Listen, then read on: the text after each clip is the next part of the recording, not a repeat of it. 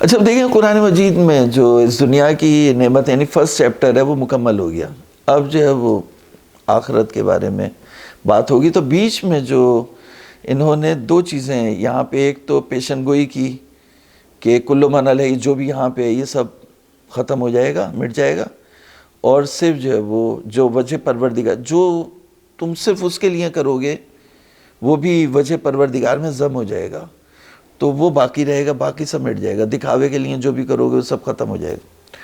اچھا اب یہاں پہ جو ہے وہ ایک چیلنج ہے. چیلنج سے پہلے ایک آیت کریمہ ہے، بڑی زبردست آیت کریمہ ہے. تو یہ ایک چیلنج اور یہ آیت کریمہ یہ جب ہو جائے گی تو اس کے بعد پھر جو ہے وہ مجرموں کی اور پھر جو ہے وہ جنت کی نعمتیں جو ہے وہ دوزخ کا تھوڑا سال اور جنت کی نعمتوں میں یہ جو ابھی ختم ہو جائے گا. 10 سے 15 منٹ میں یہ میں ریپ کر دوں گا آپ کو جو ہے نا پوری جو ہے وہ. تو بہرحال میں تو قرآن جو ہے وہ نہ میرے اوپر اترا ہے نہ میں نے بنایا ہے، لیکن پڑھنے کا بھی یہ اور ان کے علوم حاصل کرنے کا بھی ہے کہ جتنا سیکھا ہے اس کو انسان ریپ اپ بھی کر سکتا ہے، سمرائز بھی کر سکتا ہے، پھیلا بھی سکتا ہے اور اس کو سمیٹ بھی سکتا ہے. تو یہاں پہ کہا کہ یسألہ من فی السماوات والارض کل یوم ہوا فی شان. اس کا کیا مطلب ہے؟ تو یسألہ من فی السماوات والارض یہ جو وہ اس کی 29ویں آیت کریمہ ہے، کل یوم ہوا فی شان. یسألہ یعنی علامہ طباطبائی کہتے ہیں کہ کائنات میں جو ہر چیز ہے جو بھی موجودات ہیں وہ اس کے محتاج ہیں.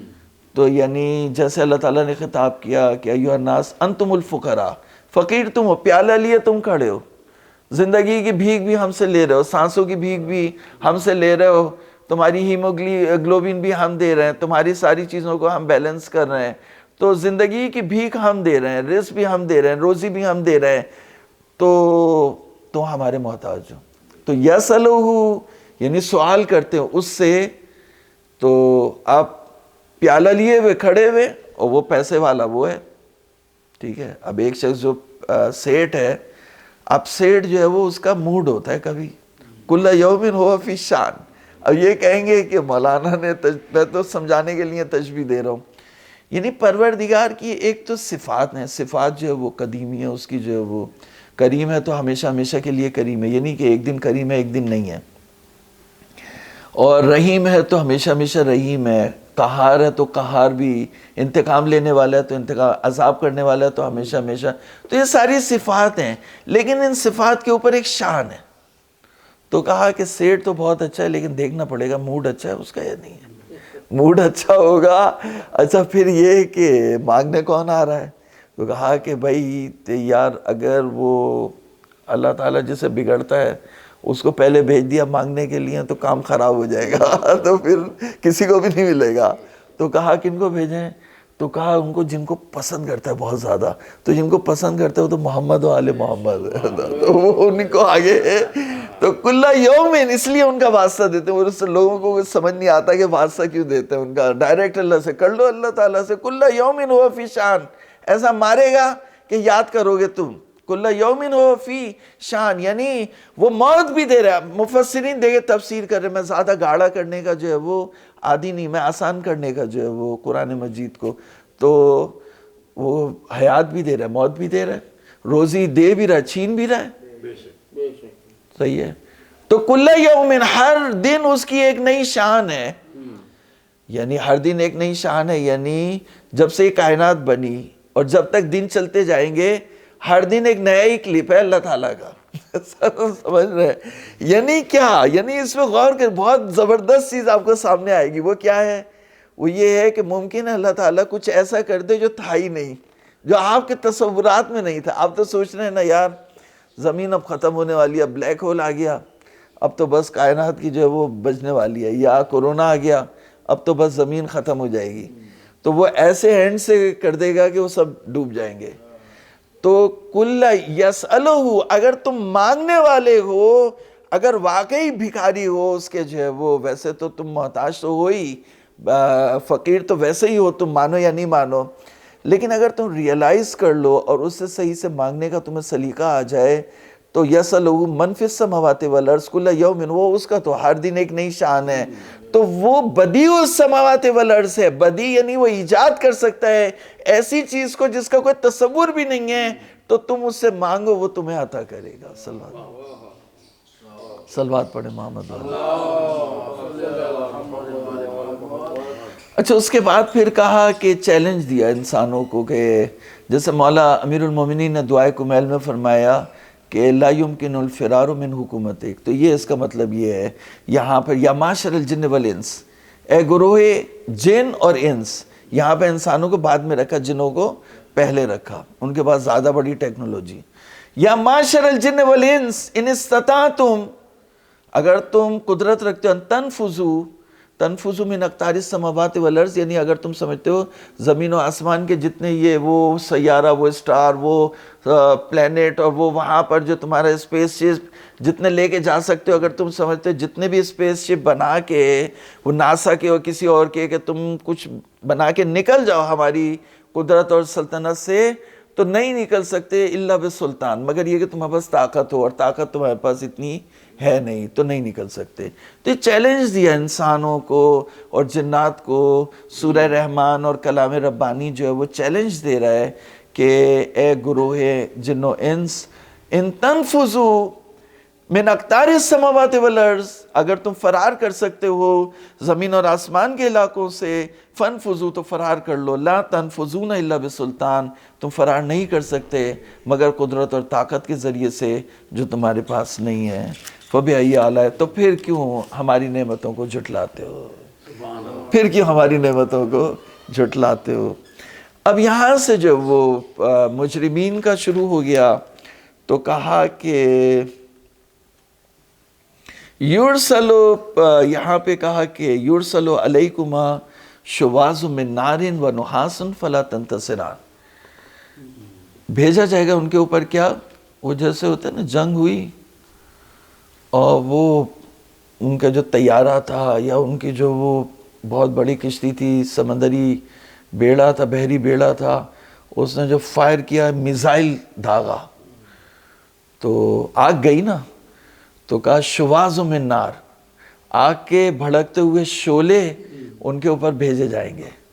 ونار یعنی آگ کے شعلے، ونحاس، نحاس کے معنی جو ہے وہ بعضوں نے دھوئیں سے کیا ہے اور بعضوں نے جو ہے پگھلے ہوئے تانبے سے کیا ہے. تو جلا ہوا پگھلا ہوا تانبا اس سے بمبارڈ ہوگا یا دھوئیں سے. تو کہا یرسلو علیکم شواظ من نار و نحاس، یعنی کبھی تم نے غلطی سے بھی ناسا نے اگر ہماری سلطنت سے نکلنے کی جرت کی تو ایک بمبارڈ کیا جائے گا. شواظ من نار، ایک میزائل ہمارا جائے گا ادھر سے. ونحاس، اور تانبے، پگھلا ہوا تانبے کا میزائل جائے گا. فلا تنتصران، تو تم میں سے کوئی ایک بھی ایک دوسرے کی مدد نہیں کر سکے گا. فبأي آلاء، پس پھر کیوں اے گروہ جن و انس ہماری کن کن نعمتوں کو جھٹلاؤ گے، جھٹلاتے جاؤ گے. تو کہا کہ فَإِذَا انشَقَّتِ السَّمَاءُ، اب یہ تو ایک کلپ دکھایا تھا نا، تو پھر اس کے بعد جو ہے وہ آسمان پھٹا، اب قیامت آ گئی. فَإِذَا انشَقَّتِ السَّمَاءُ فَكَانَتْ وَرْدَةً كَالدِّهَانِ، تو سرخ ہو گیا. آسمان جب پھٹا تو سرخ ہو گیا. وردہ کہتے ہیں، بعضوں نے کہا کہ جو لال رنگ کا پتا ہوتا ہے اسے وردہ بولتے ہیں، اور بعضوں نے کہا سرخ رنگ کا چمڑا. تو سرخ رنگ کا چمڑا یا سرخ رنگ کا پتا، تو اس طرح سے آسمان ہو جائے گا. جب پھٹے گا تو سرخ رنگ کا ہو جائے گا. اب ظاہر ہے جب قیامت کی نشانیاں بہت سی جگہ آئیں، یہاں پہ صرف اتنا آیا تو ہم بھی پھیلا نہیں رہے، ہم بھی یہیں تک کی بات کریں. فَإِذَا انشَقَّتِ السَّمَاءُ فَكَانَتْ وَرْدَةً كَالدِّهَانِ. دہان کہتے ہیں جو تیل جب اس کو گرم کرتے ہیں، کھولاتے ہیں، تو اس کی جو ترچھٹ ہوتی ہے، رنگ بھی اس کا سرخ ہوتا ہے، ترچھٹ ہوتی ہے، اس کو بولتے ہیں دہان. تو کہا کہ اس طرح سے ہو جائے گا، آسمان جب پھٹے گا تو اس طرح سے ہو جائے گا، لال لال. فَإِذَا انشَقَّتِ السَّمَاءُ فَكَانَتْ وَرْدَةً كَالدِّهَانِ فَبِأَيِّ آلَاءِ رَبِّكُمَا تُكَذِّبَانِ. تم اپنے رب کی کن کن نعمتوں کو جھٹلاؤ گے، جھٹلاتے جاؤ گے. فَيَوْمَئِذٍ لَا يُسْأَلُ عَنْ ذَنبِهِ إِنسٌ وَلَا جَانٌ، پس اس دن نہ پوچھا جائے گا تمہارے گناہ سے، لا یسأل عن ذنبہ، نہ پوچھا جائے گا، لا یسأل، سوال نہیں ہوگا اس کے گناہ سے. سأل یسأل، یسأل جو وہ فعل مضارع ہے، معلوم اگر ہوگا تو یسأل ایکٹیو وائس کہ سوال پوچھے گا. یسأل یعنی پوچھا جائے گا، تو لا یسأل یا نہیں پوچھا جائے گا، نہیں پوچھا جائے گا اس کے گناہ سے. انسن یعنی انسانوں میں سے اور جنات میں سے جن کے بھی گناہ ہوں گے انہیں ان کے گناہوں سے نہیں پوچھا جائے گا. تو قیامت تو ہے ہی حساب و کتاب کی جگہ. قیامت میں اگر کوئی یہ کہہ رہا ہے تو اللہ کی کتاب بھی یہ اگر کہہ رہی ہے تو پہلے اللہ ہی کی کتاب نے بیس بنائی کہ بھئی یہ تو ہے ہی حساب و کتاب کی جگہ. اور آپ بول رہے ہیں کہ اب آسمان پھٹا اور وہ وردتن کا دہان ہوا. اب جو دن نکلا اور سارے جو اللہ تعالیٰ کی اسمبلی اور اللہ تعالیٰ کی عدالت میں کھڑے ہیں تو کہا کہ اس دن نہ انس اور نہ جان سے جو ہے وہ اس سے کوئی سوال نہیں پوچھا جائے گا، نہ اس کے گناہ سے پوچھا جائے گا. ساری جو حرام زدگیاں یا کرتے رہے اور اس کے بعد وہاں نہیں پوچھا جائے گا. ہوگا ایسا؟ مولانا نے فرمایا یہ ہمارے شیعوں کے لیے ہے، یہ ہمارے شیعوں کے لیے ہے کہ جو اگر وہ ولایت رکھتے ہوں گے، ایمان رکھتے ہوں گے اللہ رسول پہ، اہل بیت پر، اور ان کے کچھ گناہ رہ گئے تھے تو وہ گناہ جن کی تلافی نہیں ہوئی تھی وہ برزخ میں ان کی تلافی ہوگی. جب برزخ میں تلافی ہوگی اور محشر کے دن وہ پہنچیں گے تو صاف ستھرے ہوں گے، ان سے کوئی بھی سوال نہیں پوچھا جائے گا. ورنہ باقی انسانوں کو روک وقفوہم، ان کو روک لو. قرآن کی آیت پڑھ لو میں، وقفوہم انہم مسئولون، روک لو، ان سے سوال پوچھنا ہے. تو کہا کہ ان سے پوچھنا ہے، ان سے نہیں پوچھنا، ان سے نہیں پوچھنا، ان سے پوچھنا. وقفوہم انہم مسئولون. یا جیسے وہاں پہ لا تسألن، ضرور سوال پر یومئذ عن النعیم، امام کے بارے میں پوچھا جائے گا. بھئی یہ رکھتا تھا امام کی، تو کہا یہ وہ تو اس کو جانے دو، اس سے پوچھا جائے گا. تو یہاں پہ جو وہ پھر کہا کہ جو مجرم ہے یعرف المجرمون بسیماہم فیؤخذ بالنواصی والاقدام، ان کو ان کی پیشانیوں سے اور ان کے قدموں سے باندھ کر اور جو وہ دوزخ میں پھینک دیا جائے گا. اور جب پھینکا جائے گا تو ساتھ ساتھ خطاب بھی ہوگا، خالی ایسے ہی مزے سے نہیں پھینکیں گے. جب پھینکیں گے تو اس سے پہلے کیا خطاب ہوگا اور کہا جائے گا یہ وہ دوزخ ہے جس کو تم جھٹلاتے تھے. حاضی نہیں، یہیں پہ ہے. دوزخ میں پہنچ کے بالکل دوزخ کے دہانے پہ کھڑے میں اب ہاتھ پاؤں باندھ دیا، پیشانی سے بھی باندھ دیا اور پیشانی کے بال اور پیشانی سے بھی باندھ دیا اور یہاں سے بھی. تو ان سے پکڑ کے اور جب پھینکنا ہوگا اس سے پہلے خطاب ہوگا یہ وہ دوزخ ہے جس کو تم جھٹلاتے تھے. حاضی جہنم التی یکذب بہا المجرمون یطوفون بینہا و بین حمیم آن. تو کبھی ان کو جو ہے وہ دوزخ میں جلائیں گے، پھر اس کے بعد جو ہے وہ ان کو نکالیں گے، لے جائیں گے کھولتے پانی میں، تو اسے بولتے ہیں حمیم. تو حمیم جب وہ بہت زیادہ کھولاتے ہیں نا، آیا پانی کو کھولائیں اسٹیل کے برتن میں، اب جیسے ہی آپ اس کو لوٹنے کے لیے ڈالیں گے تو کھڑ کھڑ کھڑ کھڑ کھڑ وہ بولے گا، خالی اسٹیل پہ لگے گا نا بولے گا، تو اس کا مطلب ہے پانی جب زیادہ ابلتا ہے تو اس میں آواز پیدا ہوتا ہے، کھڑکھڑاہٹ، تو اس کو بولتے ہیں آن. اور حمیم بولتے ہیں ابلتے ہوئے کھولتے ہوئے پانی کو. تو جہیم اور حمیم کے درمیان ہی رکھا جائے گا، کبھی جلتی ہوئی آگ، کبھی کھولتا ہوا پانی. یطوفون بینہا و بین حمیم آن فبأیکم، تو یہ تو عذاب نعمت تو نہیں ہے. تو کہا کہ اس کا تذکرہ کر رہے ہیں تاکہ تم اس سے بچ جاؤ. اس سے بڑی اور نعمت کیا ہوگی؟ یہاں تمہیں بتلا رہے ہیں، یہ کتاب تمہیں وہاں کی خبر دے رہی ہے تاکہ تم اس عذاب سے اگر بچنا چاہتے ہو تو اب بھی تمہارے پاس وقت ہے، ولایت علی کی طرف آ جاؤ، دین کی طرف آ جاؤ، اللہ رسول کی طرف آ جاؤ. پھر اس کے بعد کہا کہ وَلِمَنْ خَافَ مَقَامَ رَبِّهِ جَنَّتَانِ. اب یہاں سے جو ہے وہ جو جن پر عذاب ہونا تھا. اچھا دیکھیں سورہ واقعہ میں 3 کیٹیگریز انسانوں کی بیان کی ہیں. تو ایک مقربین ہے اور ایک نیک لوگ ہیں اور ایک برے لوگ ہیں، ٹھیک ہے. تو اب میں سورہ واقعہ کی نہیں بتائی، یہاں پہ بھی 3 کیٹیگریز ہوئی. ایک تو برے لوگ دوزخ میں چلے گئے، ان کا عذاب بتا دیا. اب جو نیک لوگ ہیں اس کو توجہ کرنا، صرف اس بات کو توجہ کر لیں تو پھر یہاں پہ مطلب جو ہے وہ مکمل ہو جائے گا کہ جو نیک لوگ ہیں ان میں کچھ مقربین ہیں اور پھر نیک لوگ ہیں. تو جو مقربین ہیں ان کی جنت الگ ہے اور جو نیک لوگ ہیں ان کی جنت الگ ہے. تو یہ بات کہا مولانا، آپ نے یہ بات کہاں سے سمجھی؟ تو کہا یہ بات جو ہے وہ میں ابھی اس کا لنک آپ کو بیان کرتا ہوں، لیکن اس سے پہلے جو نعمتیں ہیں تو جو جہاں پہ انہوں نے کہا کہ من دونہما جنتان، تو شروع کہاں سے ہو رہا ہے؟ دیکھیے یہاں پر ہے میرے پاس جو نمبر ہے اس میں ہے 46. ایک چیز جو ہے وہ اس کو ہم نے جو ہے وہ سورہ رحمان کا پیغام دینا ہے، تو پیغام میں یہ بات اسرٹ کرنی ہے، اللہ تعالیٰ کی نعمتوں کے ساتھ ساتھ میسیج بھی جائے.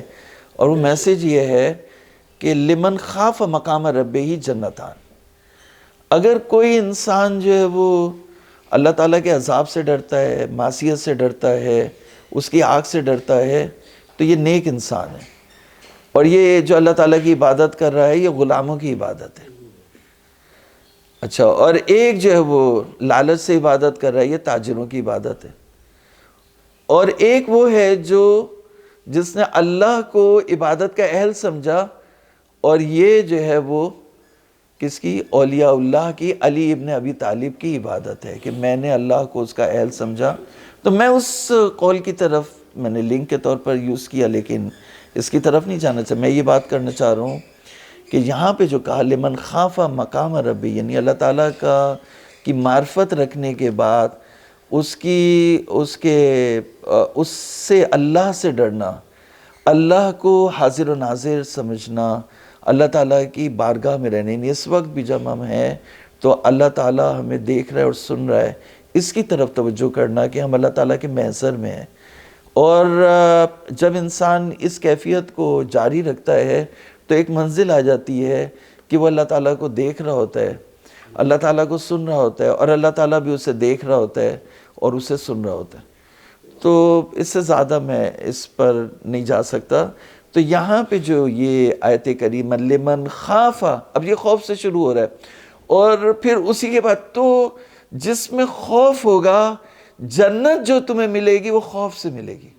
اگر تمہارے دل میں دوزخ کا خوف نہیں ہے، اللہ تعالیٰ کی نافرمانیوں کا خوف نہیں ہے، جو غریب آتا ہے نا، مسکین مانگنے والا جو آتا ہے، جس کو تم بے دردی سے یتیم کو بھگاتے ہو، دھکے دیتے ہو، اور محتاج کو سڑنے دیتے ہو، مرنے دیتے ہو، تو یہ جو تم کر رہے ہو نا، تو اس کا مطلب ہے تم میں خوف نہیں ہے. خوف نہیں ہے تو ایمان نہیں ہے.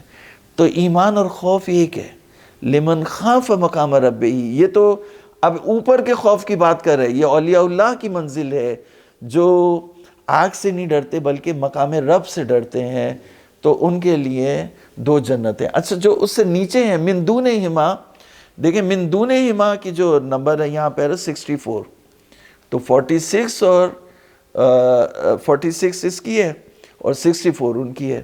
تو 46 سے لے کر 63 تک جو نعمتیں ہیں وہ اولیاء اللہ کی ہے، ان کی حضرت علی ابن ابی طالب جو انبیاء اور اوصیاء، ان کی جو جنت ہے ان کا بیان کیا. اچھا، وہاں بھی پھل ہوں گے، وہاں بھی باغات ہوں گے، وہاں بھی نہریں ہوں گی، اور وہاں پر بھی جو اللہ تعالیٰ کی، اور یہاں پر بھی اور وہاں پہ بھی جو وہ عورتیں ہوں گی، خوبصورت عورتیں ہوں گی، اور یہاں پہ بھی عورتیں ہوں گی، لیکن فرق ہے دونوں میں. میں صرف اس فرق کو آپ کے لیے واضح کرنا چاہتا تھا، کیونکہ آپ نے بھی پڑھا ہوگا، پڑھ کے آپ کو بھی سمجھ میں آیا ہوگا. لیکن مجھے اب اس میں بھی میں الحمدللہ ہی کہوں گا کہ میں ساری زندگی بھی جو وہ 20 سال بھی پڑھ کے آ گیا، تب بھی مجھے سمجھ میں نہیں آیا. جب میں نے اس کی تفسیر شروع کی سورہ واقعہ کی اور رحمان کی، تب مجھے سمجھ میں آیا کہ یہاں پر 2 کیٹیگریز ہیں. ایک ان لوگوں کی جنت، 2 جنتیں ہیں. 2 جنتیں یعنی دو جنتیں اس لیے ہیں کہ جنت کہتے ہیں گھنے باغات کو. جنت جو کہتے ہیں نا، وہ گھنے باغات کو کہتے ہیں کہ اوپر سے اگر سورج بھی ہو تو وہ نیچے تک نہ آئے، اس کو بولتے ہیں جنت. تو 2 جنتیں ہیں. ایک جنت ہوگی لوگوں سے ملنے کے لیے، اور ایک جنت ہوگی حور العین سے خلوت کرنے کے لیے. تو اچھا، اب سورہ واقعہ میں یہ کہا کہ جو مقربین ہیں، جو اولیاء اللہ، انبیاء اور ان کے اوصیاء، تو حور ان کے لیے ہوگی. جو نیک لوگ ہیں ان کے لیے حوریں نہیں ہوں گی. تو حوریں نہیں ہوں گی تو کیا ہوں گی؟ تو وہاں پہ یہ بتایا کہ ایک نہر ہوگی جس کو بعد میں روایات میں بتایا کہ حوض کوثر ہے. اس نہر کے دونوں طرف جیسے پھل اور پودے اگتے ہیں، بڑے بڑے درخت جیسے بڑھا ہوا ہے نہر کے دونوں طرف، تو وہاں پہ اس طرح سے جو خوبصورت عورتیں اگ رہی ہوں گی.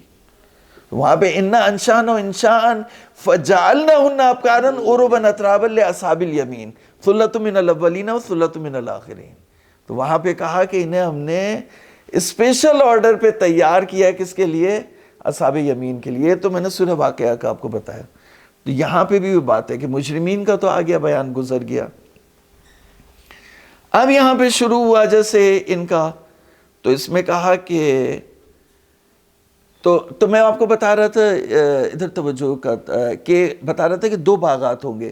تو ایک باغ ہوگا دوستوں سے ملنے کے لیے، آؤٹنگ کرنے کے لیے، اور ایک باغ ہوگا، یعنی ایک باغات ہوں گے حور العین سے یا اس نیک لڑکی سے جسے اللہ تعالیٰ نے بنایا ہے اس سے خلوت کرنے کے لیے. تو یہ 2 باغات ہو گئے. تو اب اس کو معنی کر لیتے ہیں کہ وَلِمَنْ خَافَ مَقَامَ رَبِّهِ جنتان، 2 باغات ہوں گے. تو فَبِأَيِّ آلَاءِ رَبِّكُمَا تُكَذِّبَانِ، تم اے گروہ جن و انس اپنے رب کی کن کی نعمتوں کو جھٹلاتے جاؤ گے. ذوات افنان، افنان کسے کہتے ہیں؟ شاخوں کو کہتے ہیں. افنان کسے کہتے ہیں؟ شاخوں کو.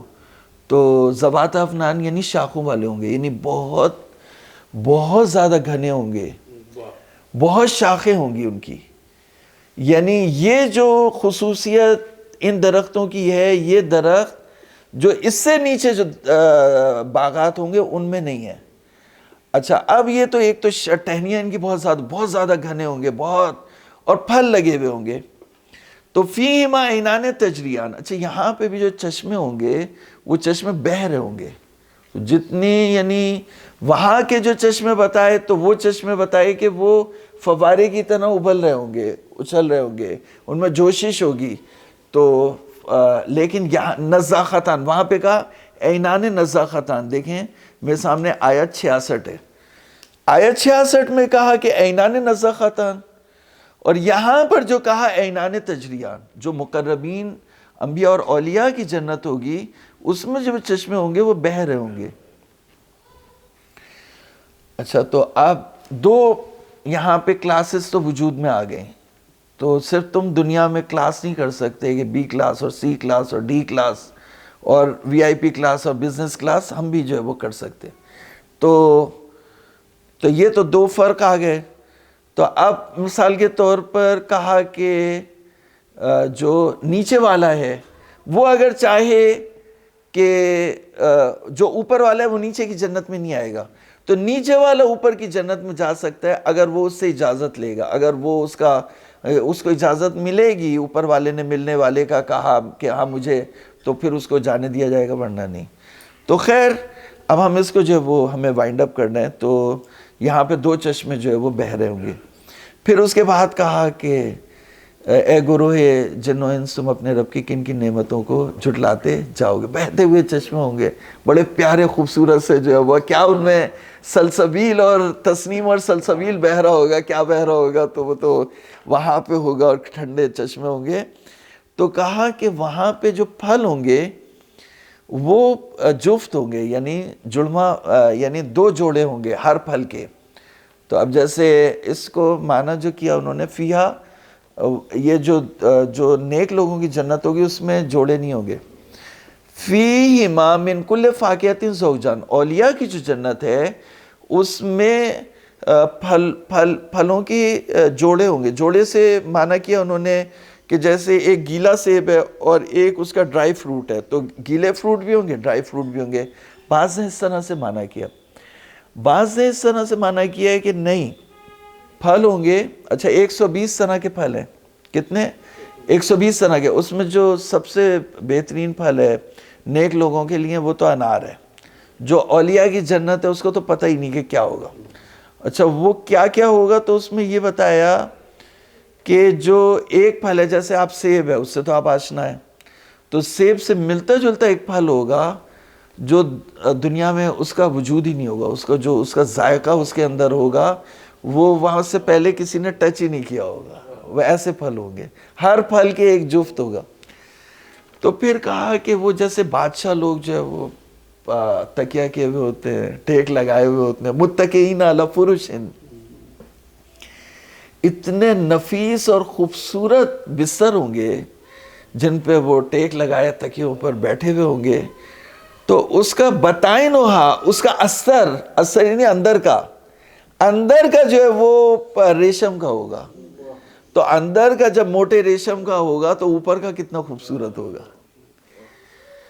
متکئین علی فرش، ایسے گدوں کے اوپر وہ تکیہ دیں گے، تکیوں پر اور گدوں پر وہ آرام سے بیٹھے ہوئے ہوں گے، جس کا باطن، جس کا اثر بھی جو ہے وہ ریشم کا ہوگا۔ اور پھل جو ہوں گے جنل جنتین دان، جنا جو ہے وہ یہاں پہ جو ہے وہ جیسے کہتے ہیں جنا اس نے، یعنی جب ولادت ہوئی تو بولتے جنا۔ تو پھل جب پک جاتا ہے تو اس کو بولتے مجتنی، یعنی توڑنے کے لیے تیار ہے۔ تو اب جو دنیا کے پھل ہیں وہ تو اوپر ہوتے ہیں، ہاتھ ڈالو چڑھ کے اتارنا پڑتا ہے۔ تو جو اولیاء کی جنت ہوگی اس میں بہت ہی نیچے ہوں گے، ایزی ٹو پلک ہوگے کہ ان کو جو ہے وہ فوراً وہ توڑ لیں گے۔ جنل جنتین دان فبأي آلاء ربكما، اے گروہ جن و انس تم اپنے رب کی کن کن نعمتوں کو جھٹلاتے جاؤ گے۔ تو پھر اس کے بعد کہا کہ فیہن قاصرات الطرف، یعنی وہاں ایسی عورتیں ہوں گی جن کی آنکھیں جو ہے وہ جھکی ہوئی ہوں گی۔ یہ اس کے ظاہری معنی یہ ہے، یعنی طرف یعنی نگاہ جھکی ہوئی ہوگی۔ تو اس کو تفسیر مجموع البیان نے معنی کیا کہ وہ عورتیں جو ہے وہ صرف جو جس کے لیے بنائی گئی ہوگی، رکھی گئی ہوگی، صرف اسی میں انٹرسٹڈ ہوگی، کسی اور کی طرف اس کی آنکھ نہیں کھلے گی۔ تو یہ معنی نہیں ہے۔ معصوم نے فرمایا، کہا کہ جیسے ڈائمنڈ ہوتا ہے یا بہت ہی خوبصورت جو ہیرے ہوتے ہیں، وہ ہیرے کیس میں بند ہوتے ہیں۔ اچھا، اب وہ کیس میں بند ہیں، اس کی جو اس کا بیان آیا ہے وہ سورہ واقعہ میں آیا ہے، وہ ہم یہاں نہیں کر رہے، ہم کیا صرف یہیں کا بیان کر رہے ہیں۔ تو کہا جب وہ ڈائمنڈ یا بہت ہی خوبصورت ہیرے کو آپ کھولیں تو آنکھ میں چمک مارتا ہے، لائٹ مارتا ہے، آنکھ جو ہے وہ کھول کے انسان دیکھ نہیں پاتا۔ تو کہا وہ اتنی نورانی ہوں گی، اتنی وائٹ ہوں گی، اور ان میں اتنی نورانیت ہوگی ان کی آنکھوں میں اور ان کے وجود میں، کہ جیسے انسان کھولے گا تو اس کی آنکھ جو ہے وہ کھول کے آنکھیں بھر کے اسے ایک دم سے نہیں دیکھ پائے گا، بلکہ نظر اس کی بند ہوگی۔ تو قاصرات الطرف، یعنی ان کو دیکھنے سے ان میں اتنی نورانیت ہوگی کہ انسان کی پلک جھپکے گی، آنکھ ٹھہرے گی نہیں۔ بلکہ وہ ہوتا ہے نا کہ بعض لڑکیاں اتنی خوبصورت ہوتی ہیں، ان کی آنکھوں میں اتنی اٹریکشن ہوتی ہے کہ اگر ایک دفعہ اس کی طرف دیکھ لے تو انسان پھر دیکھ نہیں سکتا، اس کا بیمار ہو جاتا ہے۔ تو اس طرح کی جو ہے وہ قاصرات الطرف، کہا اس طرح کی وہاں پہ حوریں ہوں گی۔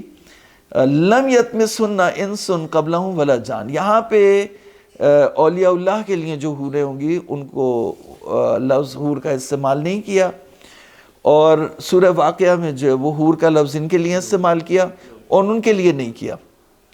تو فبأي آلاء ربکما، خوبصورت ترین عورتیں جو ہے وہ وہاں ہوں گی۔ کأنہن الیاقوت والمرجان، جیسے یاقوت اور مرجان ہوتا ہے، ڈائمنڈ جیسے ہوتا ہے۔ تو آپ سوچیں، آپ تصور کریں، دنیا میں تو ایسی عورت نہیں ہے جو ڈائمنڈ ہو۔ کہا وہاں پہ جو ڈائمنڈ اور مرجان کی طرح کی جو ہے وہ عورتیں ہوں گی۔ پھر کہا کہ حل جزاء الاحسان الا الاحسان، تو نیکی کا بدلہ نیکی ہے۔ تم نے لا الہ الا اللہ کہا، تم نے توحید پر ایمان لائے، تم نے اس عقیدے کے لیے، اللہ تعالیٰ کے احکامات کے لیے جو سختیاں برداشت کی اور صبر کیا، تو نیکی کی، جو نیکی کی تو اس نیکی کا یہ بدلہ ہے۔ تو تم نے اتنی سی نیکی کی تھی اور پروردگار نے اتنی زیادہ کر دی۔ اچھا، ہم اسے استعمال کرتے ہیں بدلے کے بدلے میں، حل جزاء الاحسان الا الاحسان۔ تو معصوم نے اس سے منع کیا۔ معصوم نے فرمایا کہ اگر کسی نے جو ہے وہ تم نے عدلے کا بدلہ کر دیا، کسی نے آپ کو جو وہ گوشت بھجوایا، آپ نے بھی پلٹ کے اس کو گوشت بھجوا دیا، تو کہا یہ جزاء الاحسان الا الاحسان نہیں ہے۔ کیوں؟ اس لیے کہ پہل اس نے کی تھی، تو وہ اس کا احسان بھاری ہے، برابری نہیں ہوئی۔ تو برابری اگر کرنا چاہتے ہو تو بڑھا کے دو، اگر اس نے 1 کلو دیا تو تم 2 کلو بھیجو، تب جزاء الاحسان ہے الا الاحسان۔ تو اللہ تعالیٰ تم نے جو 20-30 سال تم نے جو ہے وہ سختیاں برداشت کر لیں اور نیکی کی، اور اللہ تعالیٰ اس کے بدلے میں جو ہے وہ تمہیں اتنے تو کہا کہ یہ ان کی جنت جو ہے وہ اب اس کا بیان مکمل ہو گیا یہاں پہ. اور آیت 62 سے وَمِن دُونِهِمَا جَنَّتَانِ، اس سے نیچے بھی 2 باغات ہیں. یہ 2 باغات جو ہیں وہ اولیاء اللہ کے ہیں. اور اس میں کا مدھامتان، اس میں جو گارڈن ہوگا اس میں جو لیف ہوگی، پتہ ہوگا، وہ گاڑھے سبز رنگ کا ہوگا، جو سیاہی مائل ہوگا، یعنی ڈارک کلر کا ہوگا، ڈارک کلر کا ہوگا. تو اس کا مطلب ہے وہاں پہ نہیں کہا کہ جو ان کا گارڈن ہوگا اس میں ڈارک کلر کا پتہ ہوگا، یہاں پہ جو گارڈن ہوگا اس میں ڈارک گرین کلر کا پتہ ہوگا. مدھامتان، تو مدھامہ کہتے ہیں یعنی جب سبز بہت زیادہ ڈارک ہو جائے، ڈارک گرین، تو وہ جو ہے وہ کالے سے، بلیک سے جو ہے وہ قریب ہو جاتا ہے. تو اس طرح کے وہاں پہ گارڈن اور پتیاں ہوں گی، کھلتے ہوئے رنگ کی نہیں ہوں گی. فیما عینان نضاختان، تو اس میں جو ہے وہ فوارے ہوں گے، جو ہے وہ 2 چشمے ہوں گے جو ابل رہے ہوں گے، ان کے اندر جوشش ہوگی. اور اس کے بعد کہا کہ اس میں جو پھل ہوں گے اور کھجور ہوگی اور انار ہوگا. تو یہاں پہ جو ہے وہ ہاں بھی لے جاؤ تھوڑا سا، یہاں بھی پھل لے جاؤ، وہاں تو مطلب کچھ اور ہے، یہاں 3 4 5 کا ذکر آیا ہے. فینا خیرات النسان، یہاں پہ نیک عورتیں ہوں گی. تو کہا کہ پھر اس کا حور مقصورات فی الخیام. اچھا، ایک روایت میں آیا کہ حوریں جو ہے وہ خیموں کے اندر بند ہوں گی. تو کہا 4 دروازے ہوں گے اور ہر دروازے پر 70 کنیزیں، 70 حوریں ہوں گی جو کنیزیں ہوں گی اس حور کی حفاظت کر رہی ہوں گی. تو کہا ان کے سینے جو ابھرے ہوئے ہوں گے، ابھرے ہوئے سینے ہوں گے، اور اتنی اٹریکشن ہوگی کہ ان کی کنیزوں کو دیکھ کے ہی وہ جو ہے وہ پاگل ہو جائے گا انسان. تو وہ تو اندر جو بیٹھی ہوئی ہے حور، تو وہ بہت ہی خوبصورت ہوگی. تو حور مقصورات فی الخیام لم یطمثن انس قبلہم ولا جان، یعنی نہ کسی انسان نے ان سے نکاح کیا ہے اس سے پہلے اور نہ جن نے ان سے نکاح کیا ہوگا. ایسی ان ٹچ قسم کی نیک عورتیں جو ہے انہیں دے دی جائیں گی. تو اس کا بیان جو ہے وہ اچھا. پھر یہ کہا کہ اب اس کے بارے میں ایک لفظ بیان کر دوں تو اس سے پہلے کہ اس کو ختم کریں، تو کہا کہ وہ جو نیک عورتیں ہیں وہ نیک عورتیں جو ہیں وہ یعنی حوض کوثر، جو نہر ہے نا، کوثر کی نہر. تو اچھا، اس میں خاصیت یہ ہے کہ وہاں پہ جو وہ بتایا کہ سیلف سروس ہوگی. جو مومنوں کی جنت ہے، اچھا وہاں پہ جو مقربین کی جنت ہے اس میں سرونگ ہوگی، لیکن جو مومنین کی جنت ہے اس میں سیلف سروس ہوگی. اب وہ حور تو ہے، حور وہ پودے کی طرح سے وہاں پہ لگی ہوئی ہے جنت، نہر کوثر کے دونوں طرف. اب اس میں خاصیت یہ ہے کہ ایک حور کو جیسے ہی آپ توڑیں گے تو اس کی جگہ ویسے ہی دوسری حور نکل آئے گی، کم نہیں ہوگی. تو یہ کوثر کی خاصیت ہے. اگر تم ہمارے ایک بچے کو قتل کرو گے تو دوسرا جو ہے وہ 10 اس کی جگہ نکل آئیں گے. تو کوثر میں جو روانی ہے اور کثرت ہے اس کو تم ختم نہیں کر سکتے، اس لیے جتنا حضور کی نسل کو قتل کیا اتنی وہ پھیلتی گئی. تو کہا کہ وہ جو ہے وہ جو حوریں ہوں گی وہ حور مقصورات فی الخیام. تو اب یہاں پر جو حور ہوگی وہ اٹھے ہوئے قد کی ہوگی، اور کہا کہ انا انشان فجعلناہن ابکارا عربا اترابا، یعنی فرش مرفوعہ، مرفوعہ یعنی اٹھے ہوئے قد کی ہوں گی، بلند ہوں گی، کمالات رکھتی ہوں گی، خوبصورت ہوں گی. تو بہت ہی خوبصورت قسم کی جو ہے وہ لڑکیاں وہاں ہوں گی. تو مومن جب انہیں اکھاڑے گا نا تو اسے بہت مزہ آئے گا. جب وہ اس کو پودے کی طرح سے اپنے ہاتھ سے جیسے پھل توڑتا ہے انسان یا انگور توڑتا ہے تو اسے مزہ آتا ہے، تو کہا مومن جب اسے اکھاڑے گا، توڑے گا اپنے لیے تو مزہ آئے گا. تو پھر بعض میں نمبرز بھی آئے کہ جو ہے وہ سینکڑوں میں، ہزاروں میں جو وہ ہوں گی. تو اب یہاں پہ ایک سوال پیدا ہوتا ہے، عورتوں کی طرف سے سوال آتا ہے، جیسے میڈیا پہ بھی کیا گیا اور پوچھا گیا کہ عورتوں کے لیے کیا ہوگا. یہ ایک سوال ہے کہ عورتوں کے لیے پوچھتے، مولانا صاحب بتائیے کہ عورتوں کے لیے کیا ہوگا. تو معصوم نے فرمایا کہ اچھا اب دیکھیے، عورت مرد کے اندر یہ ہے کہ اسے پلینٹی چاہیے ہوتی ہے، نہیں اس سے زیادہ چاہیے. ایک عورت کے اوپر اس کے اندر قناعت نہیں ہے اس کی فطرت میں. لیکن عورت اس کے برخلاف ہے.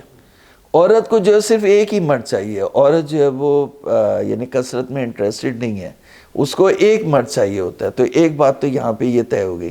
پھر اسے اپنی ایک زندگی، ایک پرائیویٹ لائف چاہیے ہوتی ہے. تو یہاں کی دوسری بات یہ ہے کہ یہاں کی عورتوں میں حسد ہوتا ہے، جیلسی ہوتی ہے. تو وہاں پہ حسد اور جیلسی جو ہے وہ نہیں ہوگی. یہ بھی ایک بات ہے. تو وہاں تو ہم یہ جو ہمارے اندر تنگیاں ہیں اور اس سے جو ہے وہ پاک ہو جائیں گے جب جنتی اور بہشت میں جائیں گے. تو وہاں پہ یہ کہا کہ اگر ایک میاں بیوی ہیں اور اس میں بیوی زیادہ خوبصورت ہے، میاں اتنا خوبصورت نہیں ہے، تو بیوی کو اختیار دیا جائے گا کہ وہ یا مثلا اس کے ساتھ رہنا چاہتی ہے یا نہیں رہنا چاہتی. تو بیوی کی مرضی پہ چھوڑا جائے گا کہ تو وہ بھی مطلب جو نیک عورتیں ہوں گی وہ بھی جو ہے وہ مرد کے نکاح میں ہوں گی اور وہ بھی انٹرٹین کریں گی، وہ بھی انجوائے کریں گی ان تمام چیزوں سے جو یہاں پہ مردوں کے لیے بیان کی گئی کہ مردوں کے لیے حوریں ہوں گی. تو عورت کو بھی جو ہے وہ چوائس دی جائے گی کہ، اور جیسے میں نے آپ کو بیان کیا کہ عورت کو جو ہے وہ مرد کو ایک سے زیادہ چاہیے ہوتی ہے. عورت کے لیے آئیڈیل یہ نہیں ہے کہ اسے ایک سے زیادہ چاہیے. تو عورتوں کو لیکن انہیں اختیار دیا جائے گا. تو وہ بھی جو جس طرح سے جو انٹرٹینمنٹ، انجوائمنٹ اور جو مطلب ایک متبرک مبارک سیکس کا جو تصور وہاں پہ دیا گیا ہے تو وہ عورتوں کے لیے بھی ہوگا. لیکن عورتوں کے لیے جو ہے وہ وہاں پر اور اختیارات بھی ہوں گے، ان کو دیے جائیں گے. تو جو وہ پسند کریں گی ان کی پسند کے مطابق جو ہے وہ اس کا فیصلہ ہوگا. تو پروردگار جو ہے وہ کسی کو بھی ناانصافی نہیں کرتا کسی کے ساتھ. تو جب وہ کسی کے ساتھ نہیں کرتا تو عورتوں کے ساتھ بھی وہ نہیں کرے گا. تو اس طرح سے جو ہے وہ یہاں پر متکئین علی رفرف خضر، سبز مسندوں پر بیٹھے ہوئے ہوں گے، خوبصورت گدوں پر بیٹھے ہوئے ہوں گے. تکیے عبقری انسان یعنی خوبصورت گدوں پر اور سبز مسندوں پر جو ہے وہ تکیہ دیے بیٹھے ہوں گے. تو وہ پروردگار کی جنت ہوگی جو نیک لوگوں کی اور متقین کی جنت ہے. اور اس سے پہلے امام المتقین اور اوصیاء اور انبیاء کی جنت ہے جس کا ذکر ہے. اور یہاں پہ سورہ رحمان اپنے اختتام کو پہنچتی ہے اور یہ پروردگار کہتا ہے کہ یہ تیرے رب کے نام کی برکتیں ہیں جو صاحب جلال اور صاحب اکرام ہے. اللہ تعالی ہمیں اپنی نعمتوں کا شکر کرنے کی توفیق عطا فرمائے اور ہمیں ان لوگوں میں قرار نہ دے جو اس کی نعمتوں کو جھٹلاتے ہیں. والسلام علیکم ورحمۃ اللہ.